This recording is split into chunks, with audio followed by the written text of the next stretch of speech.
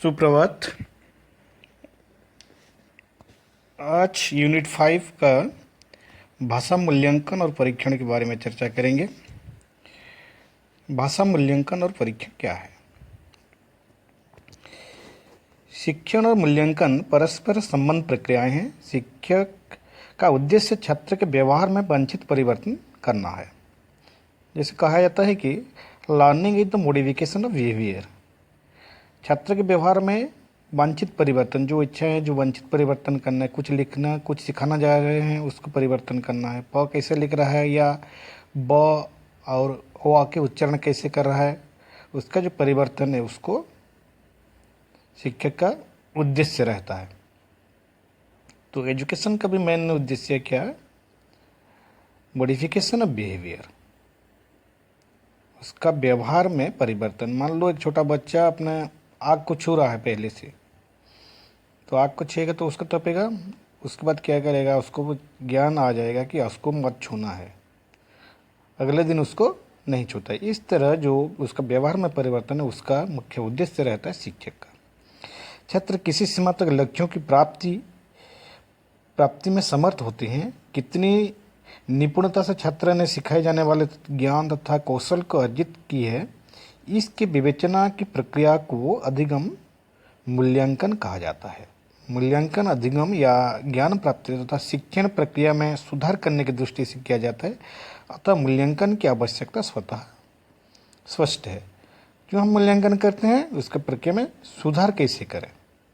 शिक्षण प्रक्रिया में सुधार करने की दृष्टि से, मान लो हम कुछ सिखा रहे हैं, कुछ एक्टिविटी कर रहे हैं, क्लासरूम ट्रांजेक्शन क्लास में दे रहे हैं, कितने बच्चे समझ रहे हैं, उसको कैसे हम पता करेंगे? हम एक मूल्यांकन करेंगे, कितना वो शिक्षण प्रक्रिया के सुधार कर सकते हैं। फिर उसको अगर बच्चे मान लो 60% या एक एक्टिविटी किए, उसमें 60% बच्चे अच्छा आंसर दिए हैं, और एक्टिविटी किए जिसमें बिलो 30% हो गए हैं, तो क्या करेंगे? उसमें हमारा जो शिक्षण प्रक्रिया है उसको हम सुधार कर सकते हैं। इसीलिए मूल्यांकन आवश्यकता है, जरूरी भी है। तो परीक्षण मूल्यांकन का साधन है। हम परीक्षण करते हैं जैसे कि फॉर्मेटिव, समेटिव असेसमेंट करते हैं। तो क्यों इससे करते हैं? ये परीक्षण, जो भी परीक्षण कर रहे हैं वो एक साधन है। किसका साधन है? मूल्यांकन का साधन है। मूल्यांकन क्या करते हैं? बालक के समग्र विकास के संदर्भ में किया जाता है, जबकि परीक्षण का प्रयोग निर्दिष्ट शिक्षण बिंदु, ज्ञान या कुशलता के संदर्भ में होता है। मान लो हम योग प्रक्रिया सिखा रहे हैं मैथमेटिक्स में, तो उसका टेस्ट करते हैं, जब इसको क्या बोलते हैं? परीक्षण करते हैं। और उसका समग्र जो विकास के संदर्भ में जो हम करते हैं काम, उसको बोलते हैं मूल्यांकन। अतः मूल्यांकन के लिए परीक्षण आवश्यक है। परीक्षण के विविध स्वरूपों जैसे निबंधात्मक, वस्तुनिष्ठ, लघु उत्तर, कौशल परीक्षण, उपलब्धि परीक्षण आदि की सहायता से समस्त शैक्षिक प्रक्रिया का मूल्यांकन संभव है। वस्तुतः भाषा परीक्षण का संबंध भाषा विषय विचारधाराओं से होता है। तो मूल्यांकन कैसे सहायता होता है? मूल्यांकन और परीक्षण में छात्रों में वांछित परिवर्तन लाना है, छात्रों की लक्ष्य प्राप्ति में सहायक, अधिगम शिक्षण प्रक्रिया में सुधार। मूल्यांकन छात्रों के समग्र विकास के संदर्भ में होता है, जबकि परीक्षण निर्दिष्ट शिक्षक बिंदु तथा ज्ञान के संदर्भ में किया जाता है। तो परीक्षण के कितने प्रकार हैं? परीक्षण के पहला है क्षमता परीक्षण। इस परीक्षण से छात्रों की क्षमता का, संभावित कुशलता का परिचय मिलता है। इसका मुख्य उद्देश्य छात्र की संभावित सफलता का वस्तुनिष्ठ प्रमाण देता है। अन्य भाषा सीखने में छात्र कहाँ तक सफल हो सकता है, इसका अनुमान इस परीक्षण से लगाया जा सकता है। उसके बाद है प्रगति परीक्षण। इस परीक्षण में शिक्षक छात्रों की प्रगति का मूल्यांकन समय समय पर कर सकता है। अन्य भाषा शिक्षण से संबंधित विभिन्न क्षेत्रों में छात्रों की भाषाई प्रगति का मूल्यांकन और उनके प्राप्त परिमाण के आधार पर उनका उचित मार्गदर्शन भी किया जा सकता है। इससे छात्र की प्रगति का मापन होता है। पहले परीक्षा में कितना लाया, सेकंड परीक्षा में कितना, उसका प्रगति हो रहा है या नहीं, इसको हम पता कर सकते हैं इस परीक्षण से। उसके बाद है उपलब्धि परीक्षण।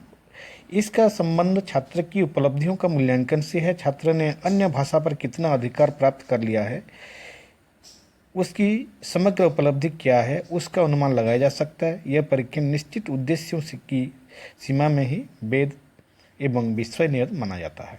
उसके बाद प्रवीणता परीक्षण। इस परीक्षण से पता चलता है कि छात्र ने अन्य भाषा सीखने में कहाँ तक प्रवीणता प्राप्त की है। इसका संबंध भाषाई कुशलता में के मापन से है। छात्र ने विशिष्ट क्षेत्र में अन्य भाषा संबंधी कितने विशिष्ट कुशलता प्राप्त की है, इसे जानना प्रवीणता परीक्षण का उद्देश्य है। उसके बाद है निदानात्मक परीक्षण। निदानात्मक परीक्षण क्यों करते हैं? सुधार कैसे लाएंगे, बच्चे में कैसे सुधार लाएंगे। इस परीक्षण में छात्र अन्य भाषा में कहाँ कहाँ कठिनाई का अनुभव करता है या भाषा सीखने में इसके सामने कौन कौन सी समस्याएं उत्पन्न होती है, इसका अनुमान लगाया जा सकता है। परीक्षणों के परिणाम के आधार पर यह निर्णय किया जाता है कि पाठ्यांश के किन अंशों को दोबारा पढ़ाना चाहिए, कहाँ कहाँ पुनः अभ्यास चाहिए और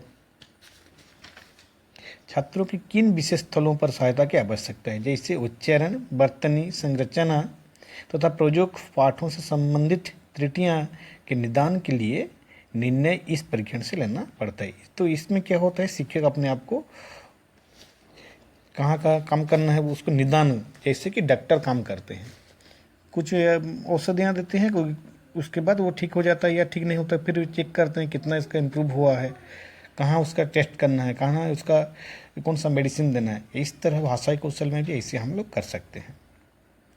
तो ये था आज का भाषा मूल्यांकन और परीक्षण का संदर्भ में। तो इसके बाद हम लोग कुछ परीक्षण करेंगे, जैसे कि हम लोग परीक्षण के बारे में चर्चा किए हैं। तो इसके बाद हम मूल्यांकन कुछ करेंगे, मूल्यांकन के प्रश्न दिया जाएगा आप लोगों को। आज का ये कुछ तो कंप्लीट हो गया शायद, इसके बाद हम लोग 2-3 पीरियड में टेस्ट करेंगे। धन्यवाद। आज का दिन सभी लोगों के लिए शुभ हो।